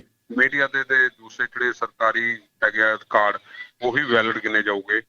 ਪਰ ਇਸ ਦੇ ਬਾਵਜੂਦ ਜਿਹੜੇ ਲੋਕਾਂ ਦੇ ਵਿੱਚ ਕੋਈ ਨਾ ਹੁਣ ਖੌਫ, ਜਿਵੇਂ ਮੈਂ ਤਾਂ ਸਮਝਦਾ ਜਿਵੇਂ ਕੇਸ ਕੋਈ ਵੱਧ ਰਹੇ ਹੈਗੇ ਆ ਜੀ। ਪੰਜਾਬ ਦੀ ਗੱਲ ਕਰ ਲਈਏ, ਆਪਾਂ ਇੰਡੀਆ ਦੀ ਗੱਲ ਕਰ ਲਈਏ, ਉਵੇਂ ਲੋਕ ਵੀ ਪਤਾ ਨਹੀਂ ਹੈਬਚੁਅਲ ਜਿਹੇ ਹੁੰਦੇ ਜਾਂਦੇ ਹੈਗੇ ਆ ਵੀ ਕੈਂਸਰ ਦੀ ਬਿਮਾਰੀ ਜਾਂ ਹੋਰ ਬਿਮਾਰੀਆਂ ਵਾਂਗੂ ਇਹ ਵੀ ਇੱਕ ਬਿਮਾਰੀ ਜਿਹੜੀ ਆ ਗਈ ਹੈ। ਸੋ ਇਹਦੇ ਨਾਲ ਹੀ ਪਤਾ ਨਹੀਂ ਰਹਿ ਕੇ ਜਾਂ ਇਸ ਤਰ੍ਹਾਂ ਕੋਈ ਖੌਫ ਜ਼ਿਆਦਾ ਲੋਕਾਂ ਦੇ ਵਿੱਚ ਦੇਖਣ ਨੂੰ ਨਹੀਂ ਮਿਲ ਰਿਹਾ। ਦੁਕਾਨਦਾਰਾਂ ਦੇ ਵਿੱਚ ਵੀ ਲਾ ਲਈਏ ਜਾਂ ਸੜਕ ਤੁਰਨ ਫਿਰਨ ਵਾਲਿਆਂ ਦਾ ਲਾ ਲਈਏ, ਬਹੁਤ ਘੱਟ ਗੱਲ ਕਰੀਏ 10% ਹੀ ਲੋਕ ਹੋਊਗੇ ਜਿਹੜੇ ਗੱਲ ਨੂੰ ਸਮਝਦੇ ਹੋਏ ਗੰਭੀਰਤਾ ਨਾਲ ਲੈਂਦੇ ਹੋਏ ਜਿਹੜੇ ਅੰਦਰ ਬੈਠਦੇ ਹੋਊਗੇ। ਅਦਰਵਾਈਜ਼ ਤਾਂ ਜਿਹੜੇ ਸੜਕਾਂ ਤੇ ਆਮ ਦੇਖੇ ਜਾ ਸਕਦੇ ਜੀ। ਆਪਣੇ ਵਾਲਿਆਂ ਦਾ ਤਾਂ ਇਹ ਹਾਲ ਹੈ ਨਾ ਵੀ ਬਾਹਰ ਜਾ ਕੇ ਦੇਖੀਏ ਕਿ ਗੋਲੀ ਚੱਲਦੀ ਹੈ ਕਿ ਨਹੀਂ ਚੱਲਦੀ, ਵੀ ਕੁੱਟਦੇ ਆ ਕਿ ਨਹੀਂ ਕੁੱਟਦੇ, ਹਨਾ? ਇਹ ਵੀ ਤਾਂ ਗੱਲ ਜੀ। ਪਰ ਮੈਨੂੰ ਇੱਕ ਇਉਂ ਵੀ ਹੋ ਜਾਂਦਾ ਵਾ, ਦੇਖਣ ਗਿਆ ਜਿਹੜਾ ਹੈਗਾ ਵਾ ਜਿਹੜੀ ਲੱਗਣੀ ਹੁੰਦੀ ਜਿੱਦਾਂ ਗੋਲੀ ਉਹ ਤਾਂ ਵੱਜ ਜਾਂਦਾ, ਜਿਹੜਾ ਦੇਖਣ ਗਿਆ ਉਹ ਮੁੜ ਕੇ ਜਾਂਦਾ ਵਾ। ਇਸ ਤਰ੍ਹਾਂ ਦੀ ਪਹਿਲਾਂ ਬੜੀਆਂ ਹਾਦਸੇ ਪਹਿਲਾਂ ਵੀ ਹੋ ਚੁੱਕੇ ਆ, ਤੁਹਾਨੂੰ ਵੀ ਨਿਗਾਹ 'ਚ ਹੋਏਗਾ। ਮੋਗੇ 'ਚ ਵੀ ਇਸ ਤਰ੍ਹਾਂ ਦਾ ਹੋ ਚੁੱਕਿਆ ਹੈਗਾ। ਸਰਕਾਰੀ ਇੱਥੇ ਸ਼ਹੀਦੀ ਪਾਰਕ ਦੇ ਵਿੱਚ ਹਾਦਸਾ ਹੋਇਆ ਜਦੋਂ ਗੋਲੀ ਚੱਲੀ ਸੀ ਸਨ 86 ਦੇ ਵਿੱਚ, ਉਦੋਂ ਜੀ। ਵੀ ਇਹੋ ਜਿਹਾ ਕੁਛ ਹੋਇਆ ਸੀਗਾ। ਸੋ ਲੋਕ ਆਪਦੀ ਜ਼ਿੰਮੇਵਾਰੀ ਨਹੀਂ ਸਮਝਦੇ। ਸੋਸ਼ਲ ਡਿਸਟੈਂਸ ਵੀ ਕੁਛ ਨਹੀਂ ਇੱਥੇ ਦੇਖਣ ਨੂੰ ਮਿਲਦਾ ਜੀ। ਹਾਲਾਂਕਿ ਪ੍ਰਧਾਨ ਮੰਤਰੀ ਤੋਂ ਲੈ ਕੇ ਸਾਰੇ ਛੋਟੇ ਤੋਂ ਲੈ ਕੇ ਵੱਡੇ ਜਿਹੜੇ ਹੈਗੇ ਆ ਇਹ ਗਲੇ ਫਾੜ ਕੇ ਇਹੀ ਗੱਲਾਂ ਕਹਿ ਰਹੇ ਹੈਗੇ ਸੋਸ਼ਲ ਡਿਸਟੈਂਸ 2 ਗਜ ਦੀ ਦੂਰੀ ਜ਼ਰੂਰੀ ਪਰ ਉਹ ਅੱਛਾ, ਕਿਤੇ ਨਜ਼ਰ ਨਹੀਂ ਆਉਂਦੀ। ਮੈਨੂੰ ਇੱਕ ਚੀਜ਼ ਦੱਸੋ ਕਿ ਕਿਸਾਨਾਂ ਨੂੰ ਝੋਨੇ ਦਾ ਬੀਜ, ਜਿਵੇਂ ਚਰਚਾ ਕਾਫੀ ਹੈ ਕਿ 144 ਦਾ ਬੀਜ ਨਹੀਂ ਮਿਲਿਆ, PR 144, ਪੂਸਾ ਨੂੰ PR 164 ਦਾ, ਸੌਰੀ ਪੂਸਾ 44 ਤਾਂ ਨਹੀਂ ਕਹਿੰਦੇ ਬੀਜਣੀ ਹੈ ਕਿ ਤੁਸੀਂ ਕਾਫੀ ਇੱਧਰ ਝੋਨੇ ਦੇ ਵਿੱਚ ਵੀ ਤੁਹਾਡੀ ਕਿਹੜੇ ਬੀਜਾਂ ਦੀ ਜਿਹੜੀ ਹੈਗੀ ਆ ਟ੍ਰੈਂਡ ਚੱਲ ਰਿਹਾ ਜੀ? ਦੇਖੋ 21 ਦੇ ਜਿਹੜਾ ਹੈਗਾ ਚੱਲ ਰਿਹਾ ਪੂਸਾ 44 ਦਾ, ਪਹਿਲਾਂ ਵੀ ਜਿਹੜਾ ਹੈਗਾ ਵਾ ਇਹਨਾਂ ਨੇ ਰੋਕ ਲਗਾਈ ਹੋਈ ਸੀਗੀ ਜੀ। ਪਰ ਬੀਜਾਂ ਦੇ ਜਿਹੜੇ ਰੇਟ ਵੀ ਜਿਹੜੇ ਹੈਗੇ ਅੱਗੇ ਨਾਲੋਂ ਥੋੜੇ ਤੇਜ਼ ਹੈਗੇ ਆ। ਕਿਸਾਨਾਂ ਦਾ ਵੀ ਇਹੀ ਕਹਿਣਾ, ਜਿਹੜੇ ਭਾਅ ਵਧੇ ਹੋਏ ਹੈਗੇ ਆ। ਔਰ ਅੱਜ ਹੀ ਜਿਹੜੀ ਹੈਗੀ ਆ ਖੇਤੀਬਾੜੀ ਵਿਭਾਗ ਵੱਲੋਂ ਕੁਲਦੀਪ ਸਿੰਘ ਵੱਲੋਂ ਕੁਝ ਦੁਕਾਨਾਂ ਤੇ ਜਾ ਕੇ ਅਚਨਚੇਤ ਜਾਂਚ ਵੀ ਕੀਤੀ ਗਈ ਹੈ, ਪਰ ਉਹ ਅਚਨਚੇਤ ਜਾਂਚ ਕਹਿਣ ਚ ਅਚਨਚੇਤ ਜਾਂਚ ਸੀ ਪਰ ਲੱਗਦੀ ਨਹੀਂ ਸੀ ਅਚਨਚੇਤ ਹੈ ਜੀ। ਜਿਵੇਂ ਕੁਝ ਪਹਿਲਾਂ ਹੀ ਪਤਾ ਹੋਵੇ ਵੀ ਅਸੀਂ ਆ ਰਹੇ ਹੈਗੇ ਆ ਤੇ ਆਪਦਾ ਚੁਕੰਨੇ ਹੋ ਜਾਓ, ਇਸ ਤਰ੍ਹਾਂ ਦੀ ਗੱਲਬਾਤ ਲੱਗ ਰਹੀ ਸੀ। ਕੋਈ ਜ਼ਿਆਦਾ ਉਹਨਾਂ ਨੂੰ ਉਤੋਂ ਕਾਮਯਾਬੀ ਹਾਸਲ ਨਹੀਂ ਹੋਈ। ਜਿੱਥੇ ਕਾਮਯਾਬੀ ਹਾਸਲ ਹੁੰਦੀ ਹੈ ਉੱਥੇ ਅਚਨਚੇਤ ਹੁੰਦੀ ਹੈ ਜੀ। ਆਮ ਤੌਰ ਤੇ ਪਿੱਛੇ ਜੀ ਇਸ ਤੋਂ ਹਟ ਕੇ ਮੈਂ ਤੁਹਾਨੂੰ ਦੱਸਾਂ, ਇੱਥੇ ਜਿਵੇਂ ਬੱਚਾ ਜਿਹੜਾ ਹੈਗਾ ਵਾ ਜਾਂਚ ਦਾ ਇੱਥੇ ਬਹੁਤ ਚੱਲੇਗਾ। ਸਰਸੇ ਤੋਂ ਟੀਮ ਆ ਕੇ ਇੱਥੇ ਜਿਹੜੀ ਬੱਚਾ ਜਾਂਚ ਕਰਦੇ ਗਏ ਮੁੰਡਾ ਜਾਂ ਕੁੜੀ ਦੀ, ਉਹਨਾਂ ਨੇ ਆ ਕੇ ਫੜ ਲਏ ਕੇਸ ਤੇ ਲੋਕਲ ਵਿਭਾਗ ਤੋਂ ਜਾਂ ਪੰਜਾਬ ਦੇ ਕਿਸੇ ਡਿਪਾਰਟਮੈਂਟ ਤੋਂ ਫੜੇ ਨਹੀਂ ਗਏ। ਉੱਥੇ ਸਵਾਲ ਵੀ ਪੁੱਛਿਆ ਗਿਆ ਮੀਡੀਆ ਤੋਂ ਵੀ, ਸਰਸੇ ਦੀ ਟੀਮ ਆ ਕੇ ਹੀ ਜਿਹੜੀ ਹੈਗੀ ਇੱਥੇ ਖੁਲਾਸਾ ਕਰ ਦਿੰਦੀ ਹੈਗੀ ਹੈ, ਜਦਕਿ ਲੋਕਲ ਐਡਾ ਡਿਪਾਰਟਮੈਂਟ ਮੋਗਾ ਸ਼ਹਿਰ ਐਡਾ ਜ਼ਿਲ੍ਹਾ ਮੰਨਿਆ ਗਿਆ ਹੈ, ਇੱਥੇ ਐਡਾ ਸਰਕਾਰੀ ਅਮਲਾ ਜਮਲਾ ਸਾਰਾ ਕੁਝ ਬੈਠਾ ਹੈਗਾ ਵਾ। ਉਹਨਾਂ ਨੂੰ ਖਬਰ ਤੁਹਾਡੇ ਕੋਲ ਹੁੰਦੀ ਹੈਗੀ, ਉਹਨਾਂ ਨੂੰ ਨਾਲ ਲੈ ਕੇ ਤੁਸੀਂ ਆਉਂਦੇ ਹੋ। ਉਸ ਤੋਂ ਬਾਅਦ ਵੀ ਜਿਹੜੀ ਇੱਥੇ ਆ ਕੇ ਤੁਹਾਡੇ ਆਉਣ ਤੋਂ ਬਾਅਦ ਵੀ ਗੱਲ ਲੀਕੇਜ ਹੋ ਜਾਂਦੀ ਹੈ, ਪਰ ਤੁਹਾਡੇ ਵੱਲੋਂ ਹੀ ਜਿਹੜੀ ਹੈਗੀ ਇੱਥੇ ਕੰਮ ਕੀਤਾ ਜਾਂਦਾ ਹੈਗਾ। ਬਿਲਕੁਲ ਇਹ ਚੀਜ਼ ਦੇ ਤਾਂ ਮੈਂ ਤੁਹਾਨੂੰ ਪਤਾ ਵੀ ਆਪਣੇ ਦੇਖੋ ਕੋਟਕਪੂਰੇ ਦੇ ਵਿੱਚ ਇੱਕ ਆਪਣੇ ਪੱਤਰਕਾਰ ਨੇ ਸਾਰੀ ਚੀਜ਼ ਖੁਲਾਸਾ ਕੀਤੀ, ਉਲਟਾ ਪੱਤਰਕਾਰ ਦੇ ਉੱਤੇ ਪਰਚਾ ਕਰਾਤਾ। ਬਿਲਕੁਲ ਸਹੀ ਗੱਲ ਹੈ ਜੀ। ਹਾਂਜੀ, ਉਹ ਜਿਹੜਾ ਬੋਲਦਾ ਹੈਗਾ ਬਸ ਉਹਨੂੰ ਫਿਰ ਦਬਾਉਣ ਲਈ ਉਹ ਜਿਹੜਾ ਹੈਗਾ ਵਾ ਕੰਮ ਇਹ ਕੀਤਾ, ਕਿਉਂਕਿ ਉਹ ਡਾਢਿਆਂ ਦਾ ਸੀ ਬੜਾ, ਜੁਡੀਸ਼ਰੀ ਤੱਕ ਕਹਿੰਦੇ ਡਾਕਟਰ ਦੀ ਪਹੁੰਚ ਸੀਗੀ, ਸਾਰਾ ਕੁਝ ਟਾਈਮ ਦੱਸ ਰਿਹਾ, ਕੈਮਰੇ ਦਾ ਸਾਰਾ ਕੁਝ ਦੱਸ ਰਿਹਾ। ਉੱਤੇ ਕਹਿੰਦਾ ਜੀ ਮੈਨੂੰ ਬਲੈਕਮੇਲ ਕੀਤਾ, ਹੋਰ ਕੀਤਾ, ਇਹ ਨਹੀਂ ਦੱਸ ਰਿਹਾ ਕਿ ਮੈਂ ਕੀ ਕਰ ਰਿਹਾ, ਚੱਕ ਕੇ ਉਹਨੂੰ ਜੀ। ਹਾਂਜੀ, ਇਹੀ ਗੱਲਾਂ ਸਾਰੀਆਂ ਤੇ ਹੁੰਦੀਆਂ, ਜ਼ੋਰ ਚ ਉਹਨਾਂ ਦਾ ਇਹੀ ਚੜਦਾ ਹੈਗਾ ਤੇ ਸੱਚਾਈ ਜਿਹੜੀ ਕਲਮ ਨੂੰ ਜਿਹੜੀ ਉੱਤੇ ਤੋੜਿਆ ਮਰੋੜਿਆ ਜਾਂਦਾ ਹੈਗਾ। ਜੀ। ਸੋ ਹੋਰ ਕੁਝ ਖਾਸ ਜੀ? ਬਸ ਜੀ ਬਾਕੀ ਤਾਂ ਕਰੋਨਾ ਹੀ ਚੱਲ ਰਿਹਾ ਤੇ ਕੇਸ ਕੋਈ ਸਾਡੇ ਨਵਾਂ ਹੈ 2-3 ਦਿਨ ਤੋਂ ਕੋਈ ਨਹੀਂ ਆਇਆ, ਰਿਪੋਰਟਾਂ ਨੈਗੇਟਿਵ ਹੀ ਆ ਰਹੇ ਆ। ਕੁੱਲ 46 ਕੇਸ ਜਿਹੜੇ ਇੱਥੇ ਐਕਟਿਵ ਹੈਗੇ ਆ ਮੋਗਾ ਜ਼ਿਲ੍ਹਾ ਦੇ ਵਿੱਚ ਜੀ, ਔਰ ਉਹਨਾਂ ਨੂੰ ਮੋਗਾ ਦੇ ਸਰਕਾਰੀ ਹਸਪਤਾਲ ਤੇ ਬਾਘਾ ਪੁਰਾਣਾ ਦੇ ਸਰਕਾਰੀ ਹਸਪਤਾਲ ਚ ਰੱਖਿਆ ਗਿਆ ਜੀ। ਅਜੇ 500 ਤੋਂ ਵੱਧ ਜਿਹੜੀ ਹੈਗੀ ਆ ਰਿਪੋਰਟ ਆਣੀ ਪੈਂਡਿੰਗ ਹੈਗੀ ਆ। ਉਹ ਰਸ ਹੋਣ ਕਰਕੇ ਜਿਹੜੀਆਂ ਹੌਲੀ ਰਿਪੋਰਟਾਂ ਆ ਰਹੀਆਂ, ਅੱਜ ਵੀ ਕੁਝ ਰਿਪੋਰਟਾਂ ਆਈਆਂ ਜਿਹੜੀਆਂ ਨੈਗੇਟਿਵ ਆਈਆਂ ਜੀ, ਥੋੜੀਆਂ ਕਰਕੇ ਆ ਰਹੀਆਂ ਹੈਗੀਆਂ, ਪਰ ਚਲੋ ਪਰਮਾਤਮਾ ਕਰੇ ਸਾਰੇ ਪਾਸੇ ਨੈਗੇਟਿਵ ਹੀ ਆਣ ਜੀ। ਮਿਹਰਬਾਨੀ ਜੀ। ਤੇ ਹੁਣ ਚੱਲਦੇ ਹਾਂ ਜੀ ਆਪਾਂ ਮੁਕਤਸਰ। ਰੁਪਿੰਦਰ ਜੀ ਸਤਿ ਸ਼੍ਰੀ ਅਕਾਲ। ਸਤਿ ਸ਼੍ਰੀ ਅਕਾਲ ਜੀ ਦਨੀਲ ਸਾਹਿਬ। ਰੁਪਿੰਦਰ ਜੀ, ਤੁਹਾਡਾ ਆਪਣਾ ਮੁਕਤਸਰ ਇਲਾਕਾ ਤਾਂ ਨਰਮਾ ਤੇ ਝੋਨਾ ਦੋਨਾਂ ਦੀ ਬਿਜਾਈ ਦੇ ਲਈ ਜਿਹੜਾ ਮੰਨਿਆ ਜਾਂਦਾ, ਸੋ ਕਿਸਾਨਾਂ ਨੂੰ ਬੀਜਾਂ ਨੂੰ ਲੈ ਕੇ ਸਥਿਤੀ ਦੱਸੋ। ਝੋਨੇ ਦੀ ਬਿਜਾਈ ਲਈ ਕੀ ਬੀਜ ਦੀ ਜਿਹੜਾ ਪਨੀਰੀ ਲਾਉਣ ਦੇ ਲਈ ਬੀਜ ਉਪਲਬਧ ਪ੍ਰਾਪਤ ਮਾਤਰਾ ਦੇ ਵਿੱਚ ਹੈਗਾ, ਨਰਮੇ ਦੇ ਬੀਜ ਦੀ ਕੀ ਸਥਿਤੀ ਹੈ, ਕਿਸਾਨਾਂ ਨੂੰ ਖਾਦ ਵਗੈਰਾ ਦੀ ਸਥਿਤੀ ਕੀ ਹੈ? ਦਨੀਲ ਸਾਹਿਬ ਵਧੀਆ ਢੁਕਵਾਂ ਸਵਾਲ ਕੀਤਾ। ਅੱਜ ਦੇ ਸਮੇਂ ਦੀ ਕਿਸਾਨਾਂ ਦੀ ਵੱਡੀ ਲੋੜ ਹੈ, ਕਿਉਂਕਿ ਜਿਹੜੀਆਂ ਸ਼ੀਡਜ਼ ਦੇ ਸੰਬੰਧੀ ਕਿਸਾਨਾਂ ਨੂੰ ਜੇਕਰ ਉਹਨਾਂ ਦੇ ਨਾਲ ਗੱਲਬਾਤ ਅਸੀਂ ਕੀਤੀ ਹੈ, ਪਰੇਸ਼ਾਨੀਆਂ ਆ ਰਹੀਆਂ ਜੀ, ਕਿਉਂਕਿ ਕੋਈ ਪ੍ਰਾਈਵੇਟ ਜਿਹੜੀ ਸਿਸਟਮ ਹੈ ਸਰਕਾਰੀ ਤੌਰ ਤੇ ਤਾਂ ਜ਼ਿਆਦਾ ਮਿਲ ਨਹੀਂ ਰਿਹਾ ਸ਼ੀਡ। ਇਹ ਜਿਹੜੀਆਂ ਕਿਸਾਨ ਰਵਾਇਤੀ ਲਾਉਂਦੇ ਆ ਝੋਨੇ ਦੀਆਂ ਕਿਸਮਾਂ, ਉਹ ਪ੍ਰਾਈਵੇਟ ਹੀ ਮਿਲਦੀਆਂ। ਉਹਨਾਂ ਦੇ ਸੰਬੰਧ ਦੇ ਵਿੱਚ ਉਹ ਕਹਿੰਦੇ ਸਾਨੂੰ ਰੇਟ ਵੱਧ ਮਿਲ ਰਹੇ ਆ, ਜ਼ਿਆਦਾ ਮਹਿੰਗਾ ਲਾ ਰਹੇ ਆ ਸ਼ੀਡ ਜੀ। ਜਿਹੜੀਆਂ ਕਿਸਮਾਂ ਕੋਈ ਚਾਹੁੰਦੇ ਆ, ਕੋਈ ਪੂਸਾ ਲਾਉਣਾ ਚਾਹੁੰਦਾ, ਕੋਈ 122-28 ਜਿੰਨੀਆਂ ਵੀ ਕਿਸਮਾਂ PR ਚ ਜੀ, ਐਕਟੀ ਲੋਕਾਂ ਦਾ ਜਿਹੜਾ ਇਸ ਲੋਕਡਾਊਨ ਨੂੰ ਲੈ ਕੇ ਜਾਂ ਹੋਰ ਪਿਛਲੇ ਬਾਸਪਤੀ ਦਾ ਰੇਟ ਘੱਟ ਰਿਹਾ ਦਨੀਲ ਸਾਹਿਬ, ਉਸ ਤੋਂ ਲੈ ਕੇ ਲੋਕਾਂ ਦਾ ਜਿਹੜਾ ਕਿਸਾਨਾਂ ਦਾ ਝੁਕਾਅ PR ਕਿਸਮਾਂ ਮੋਟੇ ਝੋਨੇ ਵਾਲਾ ਹੈ ਜੀ। ਉਹਦੀਆਂ ਵੱਖ-ਵੱਖ ਕਿਸਮਾਂ ਲੈਣ ਲਈ ਕਿਸਾਨ ਇੱਧਰ ਉੱਧਰ ਵਿਚਾਰੇ ਭਟਕਦੇ ਫਿਰਦੇ ਆ, ਰੇਟ ਬਹੁਤ ਮਹਿੰਗਾ ਲਾ ਰਹੇ ਆ ਦੁਕਾਨਾਂ ਵਾਲੀ ਜੀ, ਤੇ ਇਸ ਕਰਕੇ ਕਿਸਾਨਾਂ ਨੂੰ ਪਰੇਸ਼ਾਨੀ ਆ ਰਹੀ ਆ। ਦੂਜਾ ਜਿਹੜਾ ਰੋਜ਼ਾਨਾ ਬਾਰਿਸ਼ ਪੈਣ ਦੇ ਨਾਲ ਕਹਿੰਦੇ ਕੁਦਰਤ ਦੀ ਕਿਸਾਨ ਤੇ ਕਰੋਪ ਹੋ ਜਾਂਦੀ ਹੈ ਜੀ। 2-3 ਵਾਰੀ ਲਗਾਤਾਰ ਜਿਹੜਾ ਨਰਮਾ ਇੰਨਾ ਮਹਿੰਗੇ ਭਾਅ ਦਾ ਸ਼ੀਡ ਹੈ ਉਹਨਾਂ ਦਾ ਕਰੰਟ ਹੋਇਆ ਨਰਮਾ ਜੀ। ਅੱਜ ਵੀ ਕੀ ਕਿਸਾਨਾਂ ਨਾਲ ਮਿਲ ਕੇ ਆਇਆ, ਨਰਮਾ ਕਰੰਟ ਬਹੁਤ ਜ਼ਿਆਦਾ ਹੋਇਆ ਜੀ। ਇਹੋ ਜਿਹੀ ਹਾਲਤ ਕਿਸਾਨੀ ਦੀ ਹੈਗੀ ਹੈ ਜੀ। ਮਿਹਰਬਾਨੀ ਜੀ ਤੁਹਾਡੀ, ਸ਼ੁਕਰੀਆ। ਤੇ ਬਠਿੰਡੇ ਅਮਨਦੀਪ ਗੋਸਲ ਜੀ।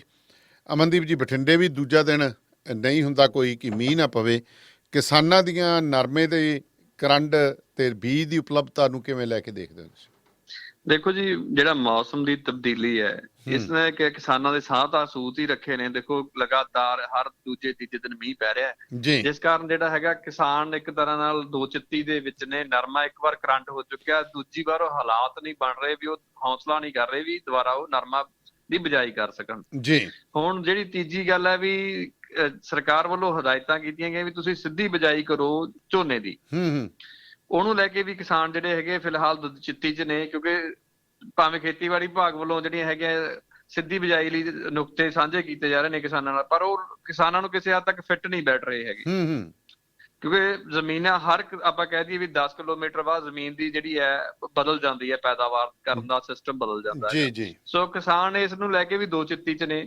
ਖੇਤੀਬਾੜੀ ਵਿਭਾਗ ਲਗਾਤਾਰ ਭਾਵੇਂ ਆਪਣੇ ਦਾਅਵੇ ਕਰ ਰਿਹਾ ਵੀ ਇਸ ਤਰ੍ਹਾਂ ਕਰ ਲਓ ਇਸ ਤਰ੍ਹਾਂ ਕਰ ਲਓ, ਪਰ ਕਿਸਾਨ ਹਾਲੇ ਸਮਝ ਤੋਂ ਬਾਹਰ ਹੈ। ਜੀ ਦੁਬਾਰਾ ਕਈ ਕਿਸਾਨਾਂ ਨੇ ਨਰਮਾ ਬੀਜਣ ਦਾ ਹੌਸਲਾ ਜ਼ਰੂਰ ਕੀਤਾ, ਪਰ ਹਾਲੇ ਵੀ ਜਿਹੜਾ ਮੌਸਮ ਦੀ ਤਬਦੀਲੀ ਹੈ ਜੀ ਉਹ ਕਿਤੇ ਨਾ ਕਿਤੇ ਡਰ ਬਣਿਆ ਹੈ ਵੀ ਅਗਰ ਦੁਬਾਰੇ ਬਾਰਿਸ਼ ਪੈ ਗਈ ਤਾਂ ਨਰਮਾ ਕਰੰਟ ਫੇਰ ਹੋ ਜਾਏਗਾ। ਰਾਤ ਨੂੰ ਕਿਤੇ ਨਾ ਕਿਤੇ ਛਿੱਟ ਤਾਂ ਆਈ ਜਾਂਦੀ ਹੈ। ਸਵੇਰੇ ਵੇਖੀਦਾ ਵੀ ਸ਼ੀਸ਼ਿਆਂ ਦੇ ਉੱਤੇ, ਕਾਰ ਦੇ ਸ਼ੀਸ਼ਿਆਂ ਤੋਂ ਹੀ ਪਤਾ ਲੱਗਦਾ ਵੀ ਰਾਤ ਮੀਂਹ ਵੀ ਦੇਖੋ ਪਿਆ। ਇਹ ਤਾਂ ਹਰ 24 ਘੰਟਿਆਂ ਦੇ ਵਿੱਚ ਕਿਣ-ਮਿਣ ਤਾਂ ਹੋ ਹੀ ਰਹੀ ਹੈ ਬਠਿੰਡਾ ਜ਼ਿਲ੍ਹੇ ਦੇ ਵਿੱਚ, ਜੇ ਆਪਾਂ ਕਹਿ ਦਈਏ, ਪਰ ਉਹਦੇ ਨਾਲ ਉਹਨਾਂ ਆਪਾਂ ਨੁਕਸਾਨ ਨਹੀਂ ਮਿਣ ਸਕਦੇ। ਜਿਵੇਂ ਪਿਛਲੇ ਦਿਨੀ ਪੂਰੀ ਤੇਜ਼ ਤਰਾਰ ਬਾਰਿਸ਼ ਪਈ ਸੀ, ਜੇ ਉਸ ਤਰ੍ਹਾਂ ਮੀਂਹ ਪੈਂਦਾ ਤਾਂ ਨਰਮੇ ਦਾ ਕਰੰਟ 100% ਜਿਹੜਾ ਹੈਗਾ ਹੋਏਗਾ ਹੀ ਹੋਏਗਾ, ਜਿਸ ਨਾਲ ਕਿਸਾਨਾਂ ਨੂੰ ਆਰਥਿਕ ਤੇ ਮਾਨਸਿਕ ਤੌਰ ਤੇ ਬਹੁਤ ਵੱਡਾ ਨੁਕਸਾਨ ਹੋਣਾ ਹੈ। ਜੀ ਤੇ ਬਾਕੀ ਜਿਵੇਂ ਬੀਜਾਂ ਦੀ ਗੱਲ ਕੀਤੀ ਸੀਗੀ, ਬੀਜ ਵਗੈਰਾ ਮਿਲ ਰਹੇ ਨੇ ਜਾਂ ਕਿਸਾਨਾਂ ਦੀ ਕੋਈ ਜਿਹੀ ਹੋਰ ਸ਼ਿਕਾਇਤ ਇਸ ਚੀਜ਼ ਨੂੰ ਲੈ ਕੇ?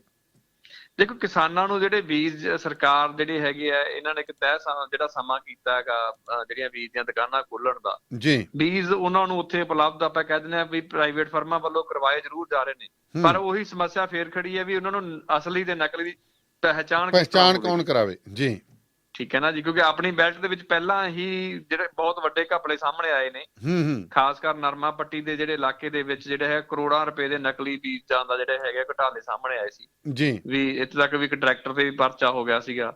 ਤੇ ਵੀ ਇਹ ਗੱਲਾਂ ਨੇ ਕੁਝ ਵੀ ਜਿਹੜੀਆਂ ਹੈਗੀਆਂ ਵੀ ਕਿਸਾਨ ਫਿਲਹਾਲ ਜੇ ਆਪਾਂ ਕਹਿ ਦਈਏ ਵੀ ਹਲੇ ਵੀ ਜਿਹੜਾ ਹੈਗਾ ਉਹਨਾਂ ਨੂੰ ਸਮੱਸਿਆਵਾਂ ਜਿਹੜੇ ਬੀਜਾਂ ਪ੍ਰਤੀ ਨੇ ਉਹਨਾਂ ਤੋਂ ਨਿਜਾਤ ਨਹੀਂ ਮਿਲ ਸਕਦੀ। ਜੀ ਹੋਰ ਕੀ ਅਪਡੇਟ ਕਰੋਨਾ ਵਗੈਰਾ ਜਾਂ ਹੋਰ ਸਥਿਤੀਆਂ? ਕਹਿੰਦੇ ਘਰੇ ਵੀ ਬੜੇ ਭੇਜੇ ਨੇ, ਤੰਦਰੁਸਤ ਹੋ ਗਏ ਨੇ, ਜਿਹੜੇ ਆਈਸੋਲੇਸ਼ਨ ਚੋਂ ਸਹੀ ਵੀ ਘਰੇ ਬੜੇ ਚਲੇ ਗਏ ਨੇ। ਜੀ ਕਰੋਨਾ ਨੂੰ ਲੈ ਕੇ ਜਿਹੜੇ ਹੈਗੇ ਫਿਲਹਾਲ ਸਥਿਤੀ ਜਿਹੜੀ ਹੈਗੀ ਹੈ ਬਠਿੰਡਾ ਦੇ ਵਿੱਚ ਸਥਿਤੀ ਕੰਟਰੋਲ ਹੇਠ ਹੈ, ਪਰ ਕੁਝ ਜਿਹੜੀਆਂ ਹੈਗੀਆਂ ਅੱਜ ਜਨਤਕ 16 ਜਨਤਕ ਜਥੇਬੰਦੀਆਂ ਨੇ ਉਹਨਾਂ ਲੋਕਾਂ ਦੇ ਹੱਕ ਦੇ ਵਿੱਚ ਪ੍ਰਦਰਸ਼ਨ ਕੀਤਾ ਬਠਿੰਡਾ ਸਿਵਲ ਹਸਪੀਟਲ ਦੇ ਵਿੱਚ, ਜਿਹੜੇ ਲੋਕ ਫਰੰਟ ਤੇ ਕੰਮ ਕਰ ਰਹੇ ਨੇ ਪਰ ਸਰਕਾਰ ਵੱਲੋਂ ਉਹਨਾਂ ਨੂੰ ਲੋੜੀਂਦੀਆਂ ਸਹੂਲਤਾਂ ਨਹੀਂ ਦਿੱਤੀਆਂ ਜਾ ਰਹੀਆਂ, ਜਿਸ ਤਰ੍ਹਾਂ ਪੀਪੀ ਕਿੱਟ ਹੋ ਗਿਆ, ਮਾਸਕ ਹੋ ਗਏ, ਸੈਨੀਟਾਈਜ਼ਰ ਹੋ ਗਏ। ਜੀ ਦੂਸਰਾ ਉਹ ਜਿਹੜੇ ਹੈ ਕੰਟਰੈਕਟ ਬੇਸ ਤੇ ਨੇ, ਉਹਨਾਂ ਦੇ ਕਿਸੇ ਤਰ੍ਹਾਂ ਦਾ ਕੋਈ ਇੰਸ਼ੋਰੈਂਸ ਨਹੀਂ ਹੈ। ਉਹਨਾਂ ਵੱਲੋਂ ਪ੍ਰਸ਼ਾਸਨ ਤੇ ਦਬਾਅ ਬਣਾਇਆ ਜਾ ਰਿਹਾ ਵੀ ਅਸੀਂ ਫਰੰਟ ਲਾਈਨ ਤੇ ਲੜ ਰਹੇ ਹਾਂ। ਜੀ ਵੀ ਸਾਡੇ ਜਿਹੜਾ ਹੈਗਾ ਜਿਸ ਤਰ੍ਹਾਂ ਸਰਕਾਰੀ ਮੁਲਾਜ਼ਮ ਦੂਸਰੇ ਨੇ, ਜਿਸ ਤਰ੍ਹਾਂ ਉਹਨਾਂ ਦੇ ਇੰਸ਼ੋਰੈਂਸ ਕੀਤੇ ਗਏ ਨੇ, ਉਹਨਾਂ ਨੂੰ ਸਹੂਲਤਾਂ ਮਿਲ ਰਹੀਆਂ, ਉਸ ਤਰ੍ਹਾਂ ਹੀ ਸਾਨੂੰ ਸਹੂਲਤ ਦਿੱਤੀ ਜਾਵੇ। ਜੀ ਸਿਵਲ ਸਰਜਨ ਦਫ਼ਤਰ ਦਾ ਘਿਰਾਓ ਕੀਤਾ ਗਿਆ, ਉਹਨਾਂ ਵੱਲੋਂ ਜ਼ੋਰਦਾਰ ਪ੍ਰਦਰਸ਼ਨ ਕੀਤਾ ਗਿਆ, ਜਿਨ੍ਹਾਂ 'ਚ ਕਿਸਾਨ ਜਥੇਬੰਦੀਆਂ ਵੀ ਸੀਗੀਆਂ। ਤੇ ਉਹਨਾਂ ਵੱਲੋਂ ਕਿਹਾ ਜਾ ਰਿਹਾ ਵੀ ਦੇਖੋ ਅਸੀਂ ਵੀ ਇੱਕ ਇਸ ਜਿਹੜੀ ਮਹਾਮਾਰੀ ਦੇ ਖਿਲਾਫ ਲੜਾਈ ਹੈ, ਅਸੀਂ ਆਪਦਾ ਬਣਦਾ ਯੋਗਦਾਨ। ਬਿਲਕੁਲ, ਮੈਂ ਉਹੀ ਗੱਲ ਕਰਦਾ ਕਿ